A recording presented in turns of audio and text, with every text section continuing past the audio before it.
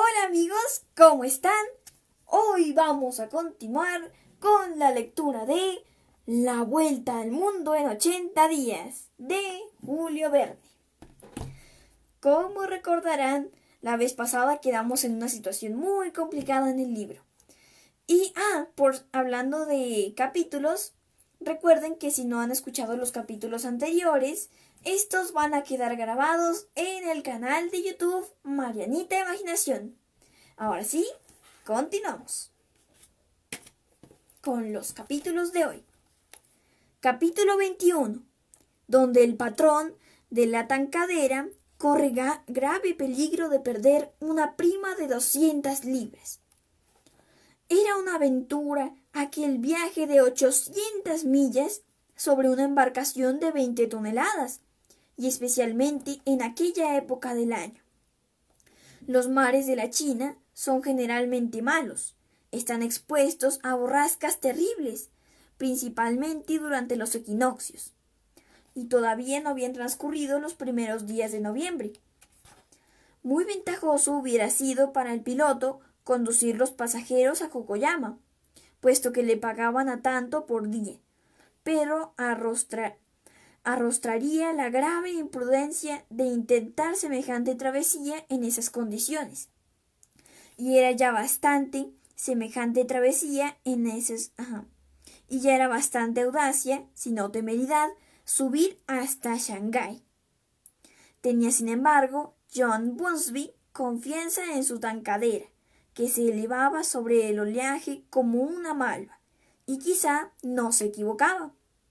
Durante las últimas horas de esta jornada, la tankadera navegó por los caprichosos pasos de Hong Kong, y en todas las maniobras y cerrada al viento en popa, se condujo admirablemente. «No necesito piloto», dijo Phileas Fogg. «Recomendaros mucha rapidez y diligencia». «Fíese de mí», dijo John Bunsby. «En materia de velas, llevamos todo lo que el viento permite llevar. Nuestros cuchillos...» aquí les explico, porque aquí, cuando uno dice cuchillos, uno se imagina cuchillos de cocina. No, en este caso, los cuchillos son velas triangulares que se añaden en caso necesario, aparte de las otras velas, son velas más pequeñas. A eso se refieren con cuchillos. Nuestros cuchillos no añadirían nada, y no servirían nada más que para estorbo y prejuicio de la marcha. Es su oficio y no el mío, y me fío completamente de usted».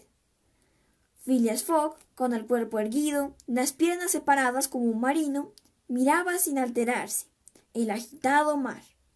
La pobre viuda, sentada a popa, se sentía conmovida al contemplar el océano, oscurecido ya por el crepúsculo, sobre el cual se arriesgaba en una frágil embarcación. Por encima de su cabeza se desplegaban las blancas velas, que la arrastraban cual alas gigantescas. La goleta, levantada por el viento, parecía volar por el aire. Llegó la noche. La luna entraba en su primer cuarto, y su insuficiente luz debía extinguirse pronto entre las brumas del horizonte. Las nubes que venían del este venían invadiendo ya una parte del cielo. El piloto había encendido las luces reglamentarias, precaución indispensable en aquellos mares muy frecuentados en las cercanías de la costa. Los encuentros de buques no eran raros, y con la velocidad que andaba, la goleta se hubiera destrozado al menor percance. Fix estaba meditabundo, en la proa. Se mantenía apartado, sabiendo que Fogg era poco hablador. Por otra parte, le repugnaba hablar con el hombre cuyos servicios se veía obligado a aceptar. También pensaba en el porvenir. Le parecía cierto que Mr. Fogg no se detendría en Yokoyama y que tomaría inmediatamente el vapor de San Francisco a fin de llegar a América, cuya vasta extensión le aseguraría la impunidad y la seguridad. El plan de Phileas Fogg le parecía tan sumamente sencillo. En vez de embarcarse en Inglaterra para los Estados Unidos como un bribón vulgar, Fogg había dado la vuelta atravesando las 3/4 partes del globo, a fin de alcanzar con más seguridad el continente americano, donde se comería tranquilamente los millones del banco, después de haber desorientado a la policía. Pero una vez en los Estados Unidos, ¿qué haría Fix? ¿Abandonaría a aquel hombre? No, 100 veces no. Mientras no hubiese conseguido su extradición, no lo soltaría. Era su deber y lo cumpliría hasta el fin. En todo caso, se había presentado una circunstancia feliz. Picaporte no estaba ya con su amo, y sobre todo, después de las confidencias de Fix, importaba que amo y criado no volvieran a verse jamás. Phileas Fogg, por su parte, no dejaba de pensar en su criado, que tan singularmente había desaparecido. Después de meditar mucho, no le pareció imposible que por mala inteligencia el pobre mozo se hubiese embarcado en el Carnatic en el último momento. También era esta la opinión de Mistress Aouda, que le echaba de menos al fiel servidor a quien tanto debía. Podía, pues, acontecer que le encontrasen en Yokoyama, y sería fácil saber si el Carnatic lo había llevado. A las 10 la brisa refrescó. Tal vez hubiera sido prudente tomar un rizo, pero el piloto, después de observar con atención el estado del cielo, dejó el velamen tal como estaba. Por otra parte, la tankadera llevaba admirablemente el trapo, con gran caldado de agua, y todo estaba preparado para aferrar inmediatamente en caso de chubasco. A medianoche, Phileas Fogg y Aouda bajaron al camarote. Fix les había precedido y se había tendido en el diván. En cuanto al piloto y sus hombres, permanecerían toda la noche sobre cubierta. El día siguiente, 8 de noviembre, al salir el sol, la goleta había recorrido más de 100 millas. El lodge indicaba que promedio de velocidad estaba entre 8 y 9 millas. La tankadera, durante esta jornada, no se alejó sensiblemente de la costa, cuyas corrientes le eran favorables. La tenía a 5 millas a babor, y aquella costa irregularmente perfilada aparecía de vez en cuando entre algunos claros. Viniendo el viento de tierra, la mar era menos fuerte, circunstancia feliz para la goleta, porque las embarcaciones de poca cabida sufren por el oleaje que corta su velocidad y las mata, empleando la expresión de los marinos. A mediodía la brisa amainó algo y fue llamada al sudeste. El piloto mandó desplegar los cuchillos, pero al cabo de 2 horas los aferró, porque el viento volvía a arreciar. Mr. Fogg y la joven, afortunadamente refractarios para el mal de la mar, comieron con apetito las conservas y las galletas. Invitaron a Fix, que tuvo que aceptar, sabiendo que era tan necesario dar lastre al estómago como a los buques. Pero esto le contrariaba. Viajar a expensas de aquel hombre, nutrirse con sus propios víveres, le parecía desleal. Sin embargo, comió con algún melindre, es verdad, pero al fin comió. Con todo, después de terminada la comida, creyó que debía llamar a Mr. Fogg aparte, y le dijo «Caballero». Esta palabra le escocía, pues aún se contenía para no echar mano al pescuezo de este caballero. «Caballero, ha sido muy cordial al ofrecerme pasaje, aunque mis recursos no me permiten obrar con tanta holgura como usted. Entiendo que debo pagar mi parte». «No hablemos de eso», respondió Fogg. «Pero si me empeño». «No, señor», repitió Fogg, con voz que no admitía réplica. «Esto entra en los gastos generales». Fix se inclinó, se ahogaba y yendo a recostarse a proa, no volvió a decir palabra en todo el día. Se navegaba rápido. John Bunsby tenía esperanzas. Varias veces le dijo a Mr. Fogg que llegaría a tiempo a Shanghái. Mr. Fogg respondió que simplemente contaba con ello. Por lo demás, toda la tripulación desplegaba su celo ante la recompensa que engolosinaba a la gente. No había por consiguiente escota en que no se hallase bien tendida, ni la vela que no estuviese bien reclamada, ni podía imputarse al timonel ningún falso borneo. No se hubiera maniobrado con más maestría una regata del Royal Yacht Club. Por la tarde, el piloto reconocía como recorridas 220 millas desde Hong Kong, y Phileas Fogg podía esperar que al llegar a Yokoyama no tendría tardanza ninguna en apuntar su programa. Por consiguiente, el primer contratiempo serio que experimentaba desde su salida de Londres no le causaría probablemente prejuicio alguno. Durante la noche, hacia las primeras horas de la mañana, la tankadera entraba francamente en el estrecho de Fo Kien, que separa la costa china de la gran isla Formosa y corta el trópico de Cáncer. El mar estaba muy duro en dicho estrecho, lleno de remolinos formados por las contracorrientes. La goleta iba muy trabajada. La marejada quebrantaba su marcha, y era muy difícil tenerse de pie sobre la cubierta. Con el alba el viento arreció más. Había en el cielo apariencias de un cercano chubasco. Además, el barómetro anunciaba un próximo cambio de la atmósfera.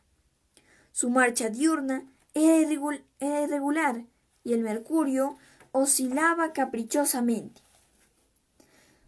La marejada hacia el sudeste se presentaba ampollada, como indicio precursor de la tempestad. La víspera se había puesto el sol ante una bruma roja, en medio de los destellos fosforescentes del océano. El piloto examinó durante mucho tiempo aquel mal aspecto del cielo. Murmuró entre dientes algunas palabras poco inteligibles. En cierto momento dijo en voz baja a su pasajero: ¿Puede decirse toda la verdad? Toda, respondió Phileas Fogg. Pues bien, vamos a tener problemas. ¿Del norte o del sur?, respondió sencillamente Fogg. Del sur. Vea, se está preparando un tifón. Vaya, por el tifón del sur, puesto que nos empujará hacia buen lado, respondió Mr. Fogg. Pues sí, si así se lo toman, respondió el piloto. Nada tengo que decir. Los presentimientos no engañaban a John Bunsby. En una época menos avanzada del año, el tifón, según expresiones de su célebre meteorólogo, se hubiera desvanecido en cascada luminosa de llamarada eléctrica, pero en el equinoccio de invierno era de temer que se desencadenase violentamente. El piloto tomó precauciones de antemano, arrió todas las velas de la goleta y se retiró sobre la cubierta. Los botadores fueron despasados. Las escotillas se condenaron cuidadosamente. Ni una gota de agua podía penetrar en el casco de la embarcación. Solo se usó la trinquetilla, una sola vela triangular para conservar a la goleta con viento en popa. Y así las cosas se esperó. John Bunsby había recomendado a sus pasajeros que bajasen al camarote, pero en tan estrecho espacio, casi privado de aire y con los sacudimientos de la marejada, no sería agradable aquel encierro. Ni Mr. Fogg, ni Mistress Aouida, ni el mismo Fix consintieron en abandonar la cubierta. A las 8 se desencadenó la borrasca. Solo con su trinquetilla, la tankadera fue despedida como una pluma por aquel viento, del cual no se puede formar exacta idea, sino cuando sopla en tempestad. Comparar su velocidad a la cuádruple marcha de una locomotora lanzada a todo vapor sería quedar por debajo de la verdad. Durante toda la jornada, la embarcación corrió hacia el norte arrastrada por monstruosas olas, y conservando felizmente una velocidad tremenda. 20 veces estuvo a punto de quedar anegada por una de esas montañas de agua que levantaban a popa. Pero la catástrofe se evitaba con un diestro golpe de timón. Los pasajeros quedaban algunas veces empapados, pero reaccionaban con filosófico estoicismo. Fix gruñía indudablemente, pero la intrépida Aouda, con vista fija en su compañero, cuya sangre fría admiraba, se manifestaba digna de él, y arrostraba a un lado la tormenta. En cuanto a Phileas Fogg, parecía que el tifón formaba parte de su programa, como siempre. Hasta entonces la tankadera había seguido con rumbo hacia el norte. Por la tarde, como era de temer, el viento se desvió 3/4 al noroeste, ofreciendo entonces el costado a la marejada. La goleta fue espantosamente sacudida. El mar la golpeaba con violencia suficiente para espantar cuando no se sabe con qué solidez están enlazadas entre sí todas las partes de un buque. Con la noche la tempestad se acentuó más, y viendo llegar la oscuridad y con la oscuridad crecer la tormenta, John Bunsby tuvo serios temores. Preguntó si estaba a tiempo para alcanzar la costa y consultó a la tripulación, después de lo cual se acercó a Fogg y le dijo: «Creo bien que haríamos bien en refugiarnos en un puerto de la costa». «Yo también creo», respondió Phileas Fogg. «Ah», dijo el piloto, «pero ¿cuál?» «Solo conozco uno», respondió tranquilamente Mr. Fogg. «¿Cuál? ¿Shanghái?» El piloto estuvo algunos momentos sin comprender lo que significaba esta respuesta y todo lo que encerraba de obstinación y de tenacidad. Después exclamó: «Pues bien, sí, tiene razón, a Shanghái». Y la dirección de la tankadera se mantuvo denodadamente hacia el norte. Noche ciertamente terrible. Fue un milagro que la goleta no volcase. 2 veces se vio comprometida, y todo hubiera desaparecido de no mantenerse firmes las trincas. Aouda estaba destrozada, pero no exhaló queja alguna.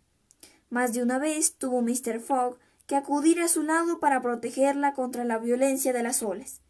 Al asomar el día, la tempestad se desencadenaba todavía con extraordinario furor. Sin embargo, el viento volvió a sudeste. Era una modificación favorable, y la tankadera hizo rumbo de nuevo en aquel mar bravío, cuyas olas se estrellaban entonces por las producidas por la nueva dirección del viento. El choque de marejadas encontradas hubiera desmantelado una embarcación construida con menos solidez. De vez en cuando se divisaba la costa entre las rasgadas brumas, pero ni un solo buque. La tankadera era la única que aguantaba. Miren, aquí les voy a mostrar una ilustración de cómo se veía aquello. Como ven, era algo bien complicado. Sorprendente lo que puede aguantar un barco, ¿no? Bueno, un buque en este caso, para ser más exactos. A mediodía hubo algunos síntomas de mejoría. Con el descenso del sol, en el horizonte se acentuaron. La corta duración de la tempestad se debió a su violencia. Los pasajeros, completamente quebrantados, pudieron tomar algún alimento reparador. La noche fue relativamente apacible, El piloto hizo restablecer sus velas en bajos rizos. La velocidad de la embarcación era considerable. Al amanecer del 11, reconocida la costa, aseguró John Bunsby que Shanghái estaba a menos de 100 millas. No quedaba más que aquella jornada para andar esas 100 millas. Aquella misma tarde debía llegar Mr. Fogg a Shanghái, y si no quería faltar a la salida del vapor de Yokoyama. De no mediar la tempestad, durante la cual habrían perdido muchas horas, estarían ahora a unas 30 millas de la meta. La brisa amainaba sensiblemente y la mar se calmaba al propio tiempo. La goleta se cubrió de trapo. Cuchillos, velas de stay, contrafoque, de todo hacía presa el viento, levantando la roda espuma de mar. Al mediodía, la tankadera no estaba a más de 45 millas de Shanghái. Le faltaban 6 horas para llegar al puerto, antes de la salida del vapor de Yokoyama. Los temores se despertaron con viveza. Quería llegar a toda costa. Todos menos Phileas Fogg sentían latir el corazón de impaciencia. Era necesario que la goleta se mantuviese a un promedio de 9 millas por hora, y el viento seguía calmándose. Era una brisa irregular que soplaba de la costa, a cuyo paso desaparecía el oleaje. Sin embargo, la embarcación era tan ligera que sus velas de tejido fino recogían también los movimientos sueltos de la brisa, que a las 6, ayudado por la corriente, el barco de John Bunsby estaba a unas 10 millas de la ría de Shanghái. A las 7 todavía faltaban 3 millas. De los labios del piloto escapó una formidable imprecación. Imprecación. La prima de 200 libras iba a escapársele. Miró a Mr. Fogg, impasible a pesar de que se jugaba en aquel momento la fortuna entera. Entonces apareció sobre el agua un largo huso negro, coronado por un penacho de humo. Era el vapor americano que salía a la hora reglamentaria. ¡Oh, no! Dijo John Bunsby, que rechazó el timón con desesperado ademán. ¡Señales! ¡Señales! ¡Señales!, dijo simplemente Phileas Fogg. En la proa de la tankadera había un cañoncito de bronce que servía para lanzar señales en tiempo de bruma. El cañón se cargó hasta la boca, pero el momento en el que el piloto iba a aplicar la mecha, dijo Mr. Fogg: «Bandera a media asta». La bandera se arrió a medio mástil, en demanda de auxilio, esperando al verla el vapor americano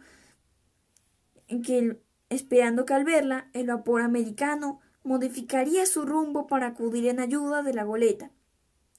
«¡Fuego!», dijo Mr. Fogg, y el cañoncito lanzó una explosiva llamarada. Y bueno, aquí terminamos el primer capítulo de hoy. Vamos a ver qué pasa. Si se han dado cuenta de todo lo que uno aprende aquí, uno aprende sobre los tipos de velas, cómo era el camino para llegar a algunos sitios. La verdad es que este libro es muy especial. Seguimos. Capítulo 22, donde Picaporte descubre que aún en las antípodas es prudente llevar algún dinero en el bolsillo. El Carnatic, salido de Hong Kong el 7 de noviembre a las 6:30 de la tarde, se dirigía a todo vapor hacia las tierras de Japón. Llevaba cargamento completo de mercancías y pasajeros. 2 camarotes de popa estaban esperando todavía a Mr. Fogg. Al día siguiente por la mañana, los hombres de proa pudieron ver, no sin sorpresa, un pasajero que, con la vista medio embobada, el andar vacilante, la cabeza espantada, salía de los camarotes de segunda. Ese pasajero era Picaporte en persona. He aquí lo acontecido. Instantes después de que Fix saliese del fumadero, 2 mozos habían recogido a Picaporte, profundamente dormido y atontado, y lo habían acostado sobre la tarima reservada a los fumadores. Pero 3 horas más tarde, Picaporte, perseguido hasta en sus pesadillas por una idea fija, se despertaba y luchaba contra la acción enervante del narcótico. El pensamiento de su deber no cumplido sacudía su entorpecimiento. Bajaba de aquella tarima de ebrios y apoyándose vacilante en las paredes, cayendo y levantándose, pero siempre impelido por una especie de instinto, salía del fumadero gritando como en sueños: ¡El Carnatic! ¡El Carnatic! El vapor estaba ya humeando, dispuesto a marchar. Picaporte solo tenía que dar algunos pasos. Se precipitó sobre el puente, salvó el espacio y cayó sin alientos a la proa. En el momento en que el Carnatic soltaba las amarras, algunos marineros, gente acostumbrada a esa clase de escenas, descendieron al pobre mozo a un camarote de segunda, y Picaporte no se despertó hasta la mañana siguiente, a 150 millas de las tierras de China. Por eso se hallaba Picaporte aquel día sobre la cubierta del Carnatic, viniendo a aspirar a todo pulmón las frescas brisas del mar. Este aire puro lo serenó, pero al fin recordó las escenas de la víspera, las confidencias de Fix, el fumadero, etc. Es evidente que he estado abominablemente ebrio. ¿Qué dirá Mr. Fogg? En todo caso, no he faltado a la salida del buque, que es lo principal, se decía, y después, acordándose de Fix, añadía: en cuanto a ese, espero que ya nos habremos desembarazado de él, y que después de lo que me he propuesto, no se atreverá a seguirnos sobre el Carnatic. Un inspector de policía en seguimiento de mi amo, acusado del robo cometido en el Banco de Inglaterra. ¡Quita! Mr. Fogg es ladrón como yo, asesino. ¿Debería Picaporte referir todo eso a su amo? ¿Convenía contarle el papel que desempeñaba Fix en ese asunto? ¿No sería mejor aguardar su llegada a Londres para decirle que un agente de la policía metropolitana le había seguido alrededor del mundo y reírse juntos? Indudablemente que sí. Y en todo caso, había tiempo de resolver esta cuestión. Lo más urgente era presentarse a Mr. Fogg y pedirle perdón por lo sucedido. Sobre cubierta no vio a nadie que se pareciese a Mr. Fogg ni a Mistress Aouda. Bueno, se dijo para sí, Mistress Aouda estará todavía acostada, y en cuanto a Mr. Fogg, habrá tropezado con algún jugador de whist, según su costumbre. Diciendo esto, Picaporte bajó al salón. Allí no estaba su amo. Picaporte preguntó cuál era el camarote que ocupaba Mr. Fogg. El purser le contestó que no conocía a nadie que se llamara así.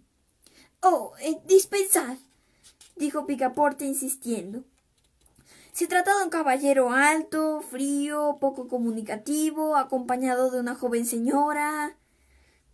No tenemos señoras jóvenes a bordo, respondió el purser. Por lo demás, aquí está la lista de los pasajeros, y usted puede consultarla. Picaporte la leyó. Allí no figuraba el nombre de su amo. Tuvo una especie de desvanecimiento. Ni una sola idea cruzó por su cerebro. ¿Pero estoy en el Carnatic?, preguntó. Sí, respondió el purser. ¿En rumbo para Yokoyama? Perfectamente. Picaporte había tenido de pronto el temor de haberse equivocado de buque, pero si él estaba en el Carnatic, era bien seguro que su amo no. Picaporte se dejó caer sobre un sillón, como herido por un rayo. Acababa de presentarse súbitamente una idea clara. Recordó que la idea de salida del Carnatic se había adelantado y que no le había avisado a su amo. Era todo culpa suya. Por consiguiente, que Mr. Fogg y Mistress Aouda hubiesen perdido el barco.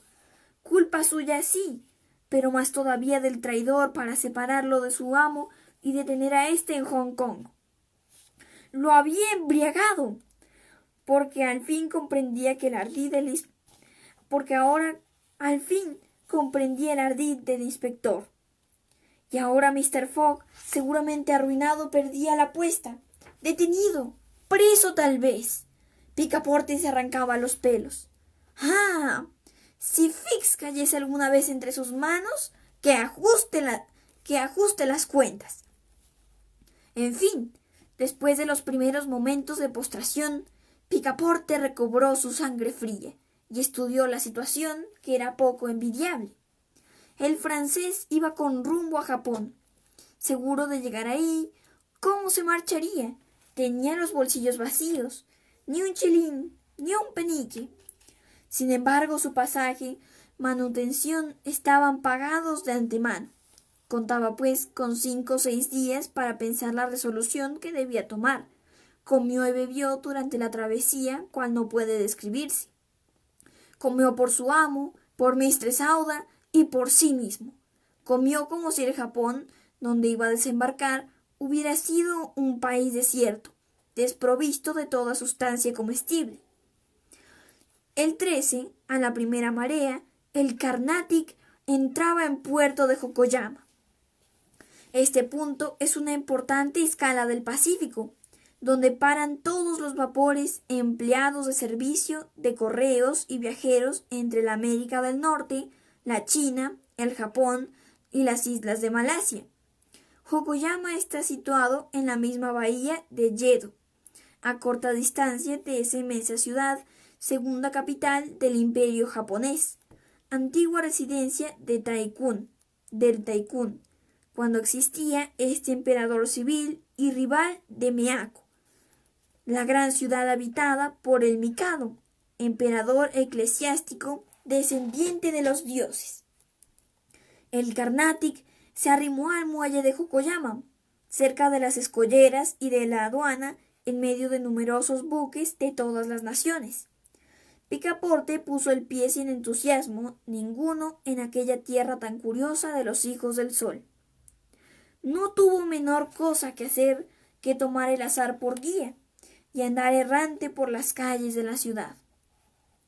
Picaporte se vio pronto en una ciudad absolutamente europea, con casas de fachadas bajas, adornadas de cancelas bajo las cuales se desarrollaban elegantes peristilos y que cubría sus calles, sus plazas, sus docks y sus depósitos, todo el espacio comprendido desde el promontorio del tratado hasta el río.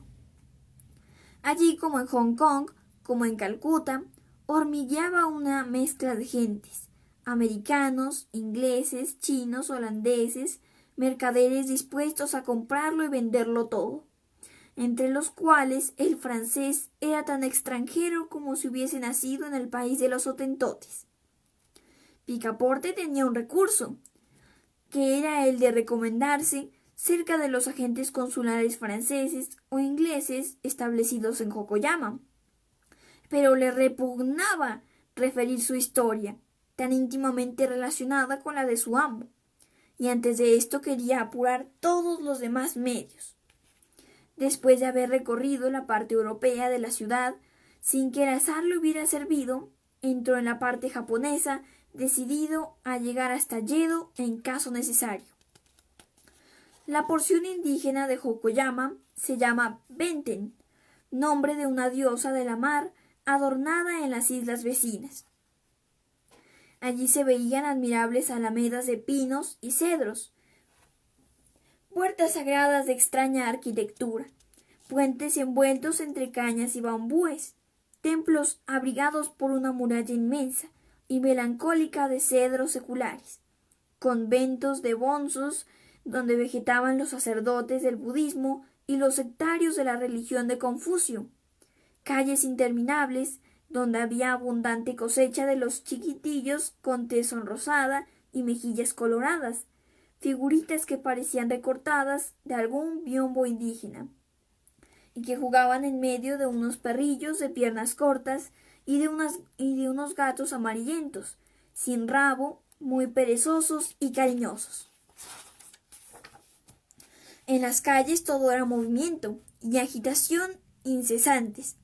Bonzos que pasaban en procesión, tocando sus monótonos tamboriles yacuninos, oficiales de la aduana, de la policía con sombreros puntiagudos incrustados de laca y dos sables en el cinto, soldados vestidos de percalina azul con rayas blancas y armados con fusiles, hombres de armas de micado, metidos en su justillo de seda, con loriga y cota de malla, y otros muchos militares de diversas condiciones, porque en el Japón la profesión de soldado no es tan distinguida como despreciada en China. Y después, hermanos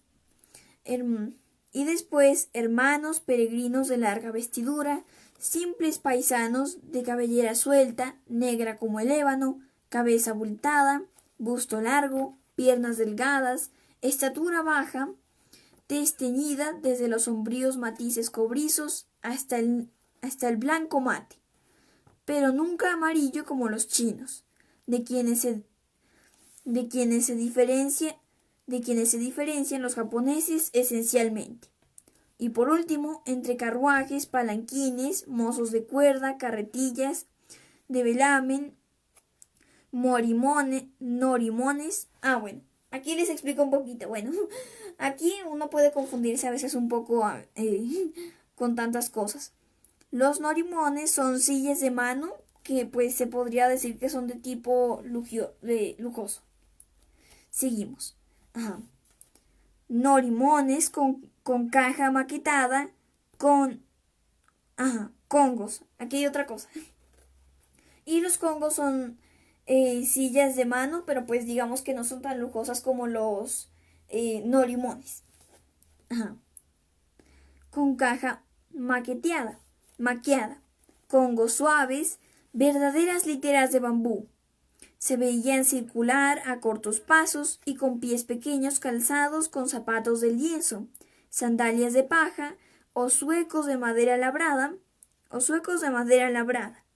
Algunas mujeres, no tan bonitas, de ojos encogidos, dientes ennegrecidos a usanza del día, pero que llevaban con elegancia el traje nacional llamado kirimon, especie de bata cruzada. Me salté una parte. Kirimon o kimono, especie de bata cruzada con una banda de seda cuya ancha cintura formaba atrás un extravagante lazo, de las que las modernas parisenses han copiado al parecer de las japonesas. Picaporte se estuvo paseando durante algunas horas entre aquella muchedumbre abigarrada, mirando también las curiosas y opulentas tiendas, los bazares en que se aglomera todo el oropel de platería japonesa, los restaurantes adornados con banderolas y banderas, de los cuales le estaba prohibido entrar, y esas casas de té donde se bebe también el sake, licor sacado del arroz fermentado, y esos confortables fumaderos donde se aspira un tabaco muy fino, y no algunos que tan embriagantes como el que dejó tan mal a Picaporte, cuyo uso es casi desconocido en el Japón. Después Picaporte se encontró en la campiña, en medio de inmensos arrozales. Allí ostentaban sus últimos colores y sus últimos perfumes las brillantes camelias, nacidas ya no de arbustos, sino en árboles. Y dentro de las cercas de bambú se veían cerezos, ciruelos, manzanos que los indígenas cultivan más bien por elegancia que por sus frutos, y están definidos contra los pájaros, palomas, cuervos y otras aves voraces por medio de maniquíes, haciendo muecas o con torniquetes chillones. No había cedro majestuoso que no abrigase un águila, ni sauce bajo posada sobre un pie. En fin, por todas partes habían cornejas, patos, gavilanes, gansos silvestres y muchas de esas grullas a las cuales tratan los japoneses de señorías, porque simbolizan para ellos la longevidad y la dicha. Al andar así, vagando, Picaporte descubrió algunas violetas entre las malezas. Bueno, dijo, ya tengo cena, pero las olió y no tenían perfume alguno. No tengo suerte, pensó para sus adentros. Cierto que el buen muchacho había almorzado en previsión todo copiosamente que pudo antes de salir del Carnatic, pero después de un día de paseo sintió muy vacío el estómago. Bien había observado que en muestra de los carniceros faltaba el carnicero. Faltaba el carnero, la cabra o el cerdo. Como sabía que es un sacrilegio matar bueyes únicamente reservados a las necesidades de la agricultura, había deducido que la carne andaba escasa en Japón. No se engañaba, pero a falta de todo eso, su estómago se hubiera arreglado con un jabalí, gamo, perdices o codornices, ave o pescado que se alimentaran exclusivamente los japoneses, juntamente con el producto de sus arrozales. Pero debió hacer de tripas corazón y dejar para el día siguiente el cuidado de proveer a su manutención.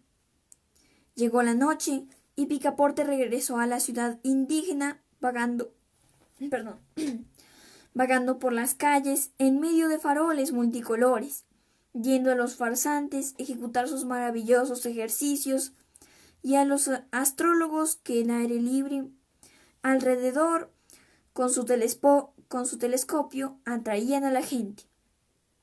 Después volvió al puerto, esmaltado con las luces de los pescadores que atraían los peces por medio de antorchas encendidas. Por último, las calles se despoblaron. A la multitud sucedieron las rondas de yacuninos oficiales que con sus magníficos trajes y en medio de su séquito parecían embajadores. Y Picaporte repetía alegremente cada vez que encontraba alguna vistosa patrulla: «Bueno, otra embajada japonesa que sale para Europa». Bueno, ya leímos el otro capítulo. Nos faltan dos. Dos, si no me equivoco. Sí, dos. Capítulo 23, donde la nariz de Picaporte se prolonga desmedidamente.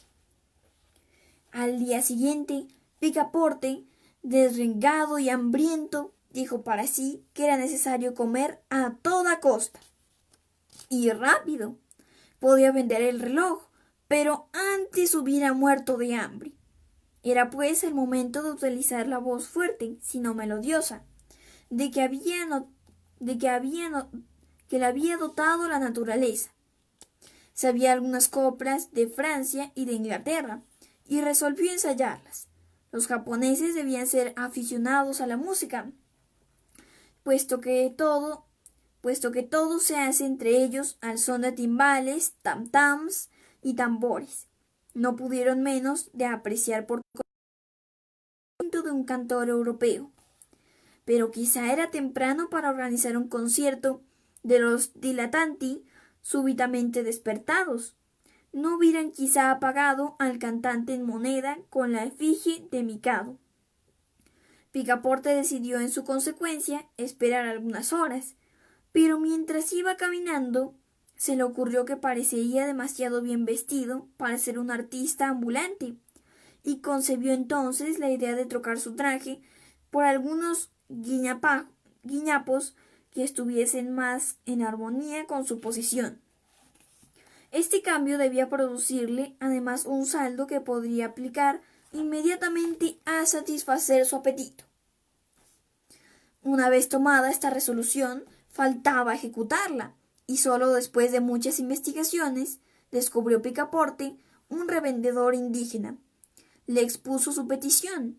El traje europeo gustó al ropavejero, y no tardó Picaporte en salir ataviado con un viejo ropaje japonés y cubierto con una especie de turbante de estrías, desteñido por la acción del tiempo. pero en compensación sumaba en sus bolsillos algunas piezas de plata. Me figuraré que estamos en carnaval. El primer cuidado de Picaporte, así japonizado, fue el de entrar en un tea house. En un tea house. Bueno, tal y como su nombre lo dice, una casa del té, donde uno es como una cafetería, solo que pues con té. El primer cuidado de Picaporte, así japonizado, fue el de entrar en un tea house de modesta apariencia. Y allí almorzó un resto de ave y algunos puñados de arroz, cual hombre para quien la comida era todavía problemática. Ahora, dijo para sí, se trata de no perder la cabeza. Ya tengo el recurso de vender esta vestidura por otra que sea más japonesa. Es necesario, pues, discurrir al medio de dejar lo más pronto posible este país del sol, del cual no guardaré más que un lamentable recuerdo. Fue a visitar los vapores que estaban dispuestos a salir para América. Contaba con ofrecerse en calidad de cocinero o de criado, no pidiendo por toda retribución más que el pasaje y el sustento. Una vez en San Francisco, trataría de salir de apuros. Lo importante era salvar las 4.700 millas del Pacífico que se extienden entre Japón y el Nuevo Mundo. No siendo Picaporte hombre que dejase dormir una idea, se dirigió al puerto de Yokoyama, pero a medida que se acercaba a los docks, su proyecto, que tan sencillo le había parecido al concebirlo, le iba pareciendo impracticable, porque habían de necesitar cocinero a bordo de un vapor americano, y qué confianza podían inspirar del modo en que iba ataviado. ¿Qué recomendaciones podía ofrecer? ¿Qué personas podían avalarle? Reflexionaba en estas cosas cuando cayó su vista sobre un inmenso cartel en una especie de clown paseaba por las calles de Yokoyama. Ese cartel decía en inglés lo siguiente: Compañía Japonesa Acrobática del Honorable William Batulcar, cuyas representaciones antes de su salida para Estados Unidos de los narigudos, bajo la invocación directa del dios Tigu. ¡Gran atracción! ¡Los Estados Unidos!, dijo Picaporte. ¡Ya di con mi negocio! Siguió al cartel y entró en la ciudad japonesa. Como recordarán, Picaporte, antes de servir como criado en las casas, y pues que al final terminó llegando a la de Phileas Fogg, a quien le tomó bastante cariño, él era acróbata en Francia. Entonces esto le conviene porque es algo que puede hacer. Un cuarto de hora más tarde se detenía delante de una gran ciudad barraca. A lo mejor debe ser un error, a lo mejor es una gran ciudad barroca, coronada con varios haces de banderolas y cuyas paredes exteriores representaban sin perspectiva, pero con exagerados colores, toda una banda de juglares. Era el establecimiento del honorable Batulcar, especie de Barnum americano, director de una compañía de saltimbanquis, juglares, clowns, acróbatas, equilibristas, gimnastas, que según el cartel daban sus últimas representaciones antes de dejar el Imperio del Sol para irse a los Estados Unidos. Picaporte entró bajo un peristilo que precedía al barracón, y preguntó por el señor Batulcar, quien se presentó en persona. ¿Qué busca?, dijo a Picaporte, creyendo que era un indígena. ¿Necesita un criado?, preguntó Picaporte. ¿Criado?, preguntó Barnum, acariciando la poblada perilla gris que adornaba su barba. Tengo 2 obedientes y fieles que nunca me han dejado y que me sirven gratis, solo por la comida. ¿Y estos?, dijo y mostró sus robustos brazos surcados por venas gruesas como las cuerdas de un contrabajo. ¿Es que no puedo servirle para algo? Para nada. Diantre, me hubiera convenido mucho marcharme con usted. Vaya, ¿es usted tan japonés como yo? ¿Por qué se viste así? Bueno, uno se viste como puede. ¿Cierto? ¿Es francés? Sí, parisense de París. Entonces habrá hacer muecas. ¡A fe mía! Respondió Picaporte, incomodado por la pregunta. Nosotros los franceses pues sabemos hacer muecas como todo el mundo, pero no mejor que los americanos. Es verdad. Pues bien así, no os tomo como criado. Puedo tomaros como clown. ¿Comprende, joven? En Francia se exhiben farsantes extranjeros y en extranjero farsantes franceses. ¿Qué? ¿Por lo demás es vigoroso? Sobre todo cuando acabo de comer. ¿Y sabe cantar? Sí, respondió Picaporte, que en otros tiempos había tomado parte de algunos conciertos de calle. Pero ¿sabe cantar cabeza abajo con una peonza girando sobre la planta del pie izquierdo y con un sable de equilibrio sobre la planta del pie derecho? ¡Pardiez! Respondió Picaporte, que recordaba los primeros ejercicios de su edad juvenil. En todo consiste en eso, dijo el honorable Batulcar. La contrata terminada hic et nunc. En fin, Picaporte había encontrado una posición. Estaba contratado para hacer todo en la célebre compañía japonesa, lo cual, aunque poco estimulante, le permitía estar en San Francisco antes de 8 días. La presentación con tanto aparato, anunciada por el honorable Batulcar, debía comenzar a las 3 de la tarde, y bien pronto resonaban en la puerta los formidables instrumentos de una orquesta japonesa. Bien se comprende que Picaporte no había podido estudiar su papel, pero debía prestar el apoyo de sus robustos hombros en el gran ejercicio del racimo humano ejecutado por los narigudos del dios Tingú. Este gran atractivo de la presentación debía cerrar la serie de ejercicios. Antes de las 3 los espectadores habían invadido el vasto barracón. Europeos e indígenas, chinos y japoneses, hombres, mujeres y niños se apiñaban sobre las estrechas banquetas de los palcos que daban frente al escenario. Los músicos habían entrado y la orquesta completa, gongos, tam-tams, castañuelas, flautas, tamboriles y bombos estaban operando con todo furor. Fue aquella función lo que son todas las representaciones de acróbatas, pero es preciso confesar que los japoneses son los primeros equilibristas del mundo. Armado el uno con un abanico y con trocitos de papel, ejecutaba el gracioso ejercicio de las mariposas y las flores. Otro trazaba con perfumado humo de su pipa una serie de palabras azuladas que formaban en el aire un letrero de cumplido para la concurrencia.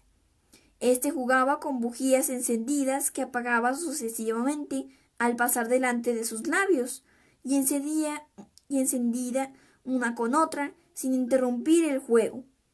Aquel reproducía por medio de peones giratorios las combinaciones más inverosímiles. Bajo su mano, aquellas zumbantes maquinillas parecían animarle con vida propia en sus interminables giros. Corrían sobre tubos de pipa, sobre los filos de los sables, sobre los alambres, verdaderos cabellos tendidos de uno al lado del otro en el escenario. Daban vueltas sobre el borde de vasos de cristal. Trepaban por escaleras de bambú. Se dispersaban por todos los rincones produciendo efectos armónicos de extraño carácter y combinando las diversas tonalidades. Los Los juglares jugueteaban con ellos y les hacían girar hasta el aire. Los despedían como volantes con paletillas de madera y seguían girando siempre. Se los metían en el bolsillo y cuando los sacaban todavía daban vueltas, hasta el momento en que la distensión de un muelle los hacía despegarse en haces de fuegos artificiales. Inútil describir los prodigiosos ejercicios de los acróbatas y gimnastas de la compañía. Los juegos de la escalera, de la percha, de la bola, los toneles, etc. fueron ejecutados con admirable precisión, pero el principal atractivo de la función era la exhibición de los narigudos, asombrosos equilibristas que en Europa no se conocen todavía. Esos narigudos formaban una corporación particular, colocada bajo la advocación directa del dios Tingú.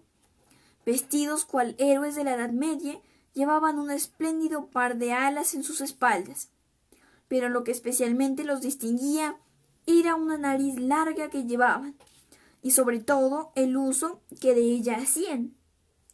Esas narices eran de bambú, sí, de 5, 6 y aún 10 pies de longitud, rectas, unas ganchudas, otras lisas, estas verrugosas, lisas estas, verrugosas aquellas.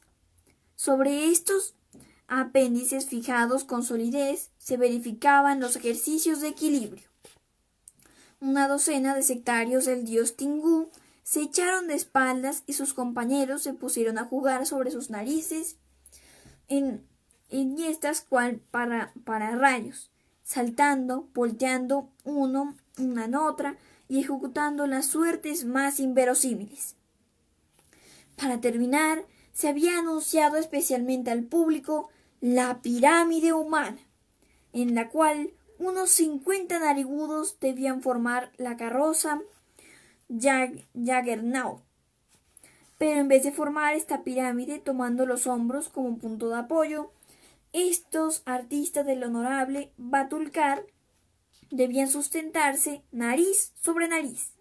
Se habían marchado de la compañía uno de los que formaban la base de la carroza, y como bastaba para ellos ser vigoroso y ágil, Picaporte había sido elegido para reemplazarle. Ciertamente, el pobre mozo se sintió muy compungido con un recuerdo de la infancia que le saltaba, cuando se puso un traje de la Edad Media, adornado de alas multicolores, se vio aplicar sobre la cara una nariz de 6 pies. Pero al fin esa nariz era su pan, y tuvo que resignarse. Picaporte entró en escena, y fue a colocarse con aquellos compañeros que debían formar la base de la carroza Juggernaut. Todos se tendieron por una tierra con la nariz elevada hacia el cielo. Una segunda sección de equilibristas se colocó sobre los largos apéndices, una tercera después, luego una cuarta, y sobre aquellas narices que solo se tocaban con la punta, se levantó un monumento humano hasta la cornisa del teatro. Los aplausos redoblaban y los instrumentos de la orquesta resonaban como truenos, cuando, conmoviéndose la pirámide, el equilibrio se rompió, y saliéndose de quicio una de las narices de la base, el monumento se desmoronó cual castillo de naipes. Tuvo de esto la culpa Picaporte, quien abandonando su puesto, saltando del escenario sin el auxilio de las alas y trepando por una galería de la derecha, caía a los pies de un espectador aclamando «¡Amo mío! ¡Amo mío!». «¿Usted?». «¡Yo!». «Pues bien, entonces al vapor, muchacho». Mr. Fogg y Mistress Aouda y Picaporte salieron precipitados por los pasillos, pero tropezaron fuera del barracón con el honorable Batulcar, furioso, que reclamaba indemnización por la rotura. Phileas Fogg apaciguó su furor echándole un puñado de billetes de banco, y a las 6:30, en el momento en que iba a partir, Mr. Fogg y Mistress Aouda ponían en pie el vapor americano seguidos de Picaporte, con las alas a la espalda y llevando en el rostro una nariz de 6 pies que todavía no había podido quitarse. Bueno, como verán, esto se puso bastante emocionante. Sinceramente, es un alivio que Picaporte haya quedado nuevamente con Phileas Fogg y la señorita Aouda. Ahora vamos a leer el último capítulo de hoy, que ojalá que termine bien, porque recuerdo que el anterior, la verdad es que lo dejó a uno muy asustado. Sigamos. Capítulo 24, durante el cual se efectúa la travesía del Océano Pacífico. Fácil es comprender lo acontecido a la vista de Shanghái. Las señales hechas por la tankadera habían sido observadas con el vapor de Yokoyama. Viendo al capitán la bandera a media asta, se dirigió a la goleta, y algunos instantes después, Phileas Fogg, pagando su pasaje según lo convenido, metía en el bolsillo del patrón John Bunsby 150 libras. Después el honorable gentleman, Mistress Aouda y Fix subían a bordo del vapor que siguió su rumbo a Nagasaki y Yokoyama. Llegado el 14 de noviembre a la hora reglamentaria, Phileas Fogg, dejando que Fix fuera a sus negocios, se dirigió a bordo del Carnatic y allí supo con satisfacción de Mistress Aouda, y tal vez con la suya, pero al menos lo disimuló, que el francés Picaporte había llegado efectivamente a Yokoyama. Phileas Fogg, que debía marcharse en aquella misma noche para San Francisco, se dedicó inmediatamente a buscar a su criado. Se dirigió en vano a los agentes consulares inglés y francés, y después de haber recorrido inútilmente las calles de Yokoyama, desesperados ya de encontrar a Picaporte, cuando la casualidad, o tal vez una especie de presentimiento, los hizo entrar en el barracón del honorable Batulcar. Seguramente que no hubiera reconocido a su criado bajo aquel excéntrico atavío de heraldo, pero éste, en su posición invertida, vio a su amo de la galería y no pudo contener un movimiento de su nariz, y de aquí el rompimiento de su equilibrio y lo que se siguió. Esto es lo que supo Picaporte de la boca de la misma Mistress Aouda, que le refirió entonces cómo se había efectuado la travesía de Hong Kong a Yokoyama en compañía de un tal Fix sobre una goleta de la tankadera. Al oír nombrar a Fix, Picaporte no pestañeó. Creía que no había llegado el momento de decir a su amo lo ocurrido. Así es que en la relación que hizo de sus aventuras, se culpó a sí mismo, excusándose de haber sido sorprendido por la embriaguez en un fumadero de Hong Kong. Mr. Fogg escuchó esta relación con frialdad y sin responder. Después abrió a su criado un crédito suficiente para procurarse a bordo de un traje más adecuado. Menos de una hora después, el honrado mozo, después de quitarse las alas y la nariz y de mudar de ropa, no conservaba ya nada que recordase al sectario del dios Tingú. El vapor que hacía la travesía de Yokoyama a San Francisco pertenecía a la compañía del Pacific Mail Steam y se llamaba General Grant. Era un gran buque de ruedas de 2.500 toneladas, bien acondicionado y veloz.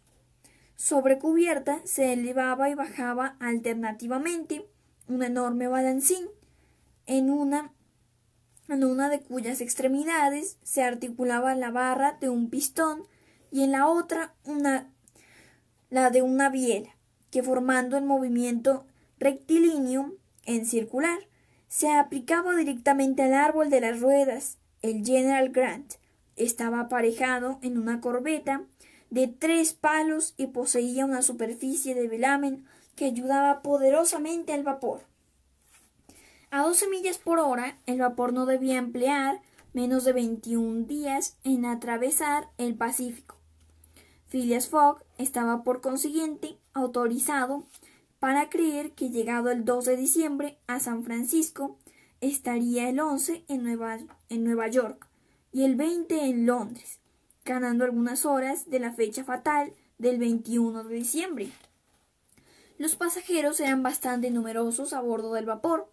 Había ingleses, americanos, una verdadera emigración de coolíes para América y cierto número de oficiales del ejército de las Indias, que utilizaban su licencia para dar la vuelta al mundo.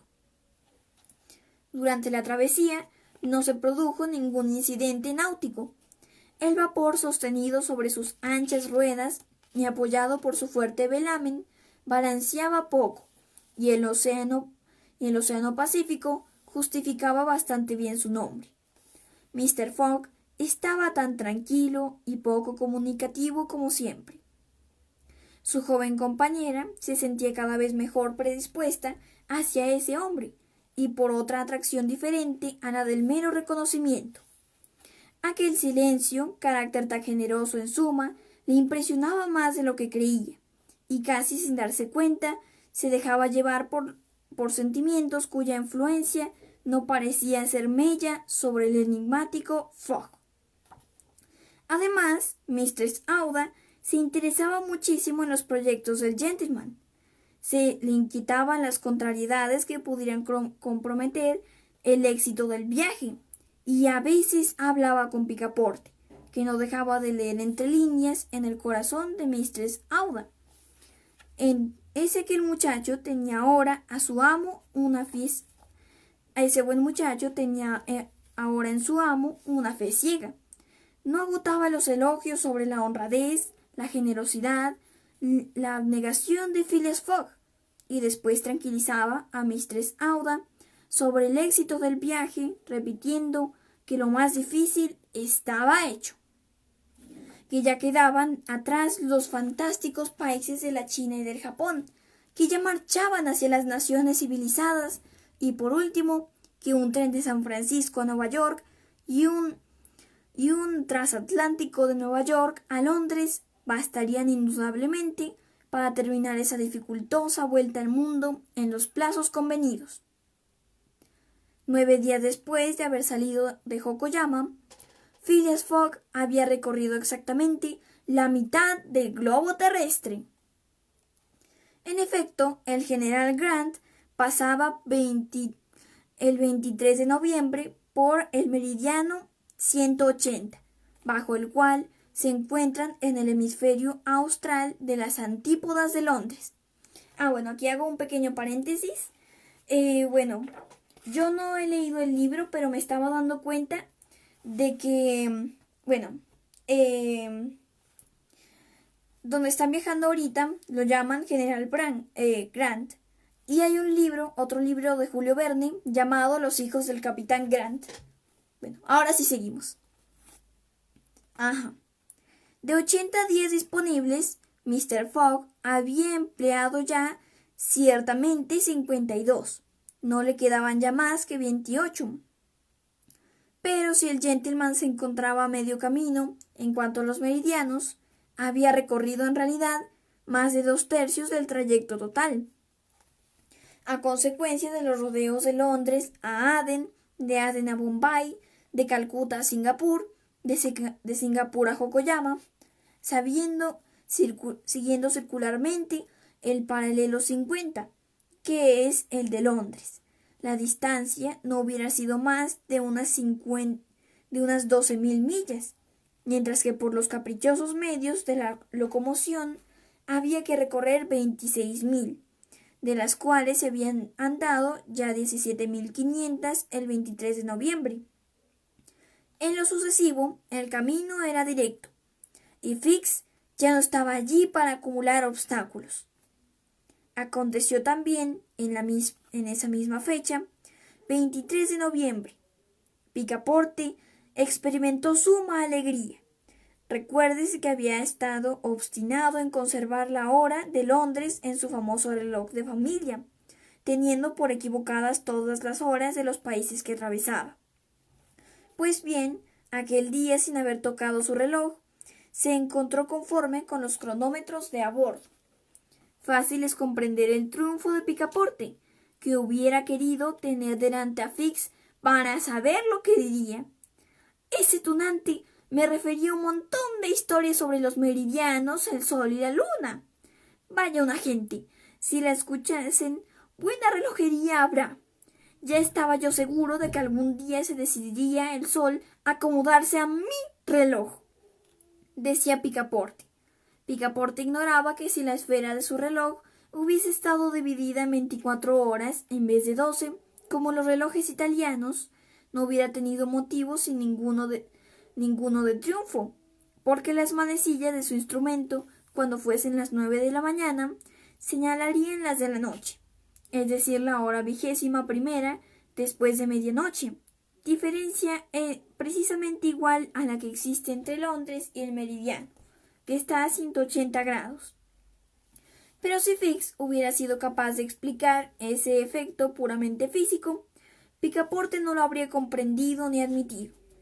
Además, si en aquel momento el inspector de policía se hubiese dejado ver a bordo, es probable que Picaporte le ajustaría otras cuentas, y de un modo muy, muy diferente. ¿Y dónde estaría Fix entonces?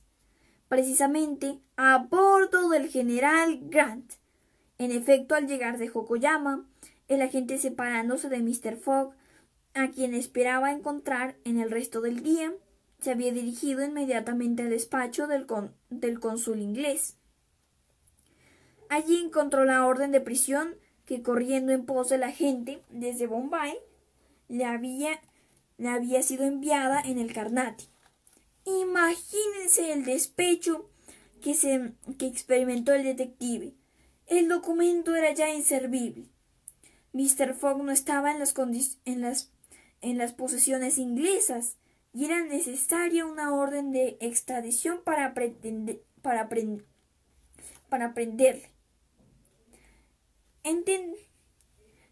Entendido, dijo para sí después del pasado el primer momento de ira. El mandamiento no sirve para aquí, pero me servirá en Inglaterra. Ese bribón tiene trazas de volver a su patria creyendo haber desorientado a la policía. Bien, le seguiré hasta allí. En cuanto al dinero, Dios quiere que le quede algo, porque en viajes, primas, procesos, multas, elefantes y gastos de toda clase ha dejado ya más de 5.000 libras por el camino. En fin de cuentas, el banco es rico.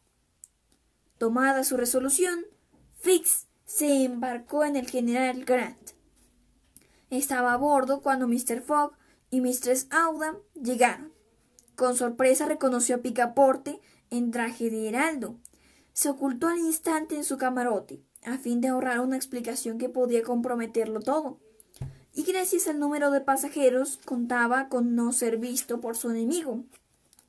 Pero aquel día se encontró precisamente con él en la cubierta de proa.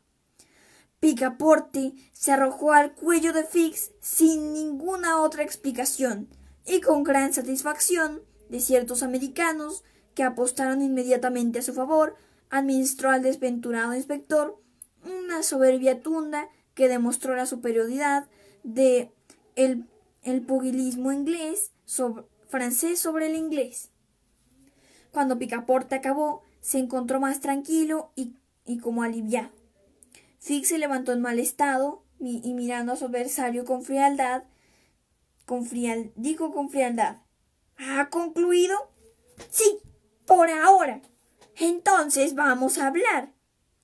Es que yo... en interés de vuestro amo. Picaporte, como subyugado por sangre fría, siguió al inspector de policía. Y ambos se sentaron aparte. Mire, dijo Fix, lo esperaba. Ahora escuche. Hasta ahora he sido adversario de Mr. Fogg, pero de ahora en adelante voy a ayudarle. ¿Al fin? ¿Le cree hombre honrado? No, respondió con frialdad Fix. Pero lo creo un bribón, pero... ¡Shh! No se mueva. Déjeme acabar. Mientras Mr. Fogg ha estado en las posesiones inglesas, he tenido interés en detenerle, aguardando un mandamiento de prisión. Todo lo he intentado con ese objetivo. He tratado de retenerle por medio de los sacerdotes. Le produje a usted un inoportuno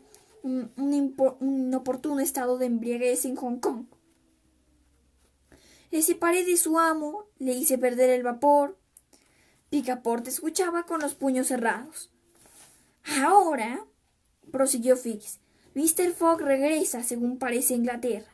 Le seguiré hasta allí, pero aplicando para apartar obstáculos tanto celo como he empleado hasta ahora para acumularlos. Mi juego ha cambiado, porque así lo quiere mi interés. Añado que vuestro interés es igual al mío, porque solo en Inglaterra sabrá si está al servicio de un criminal o de un hombre de bien. Picaporte había escuchado a Fix con mucha atención y se convenció de su buena fe. ¿Somos amigos?, preguntó Fix.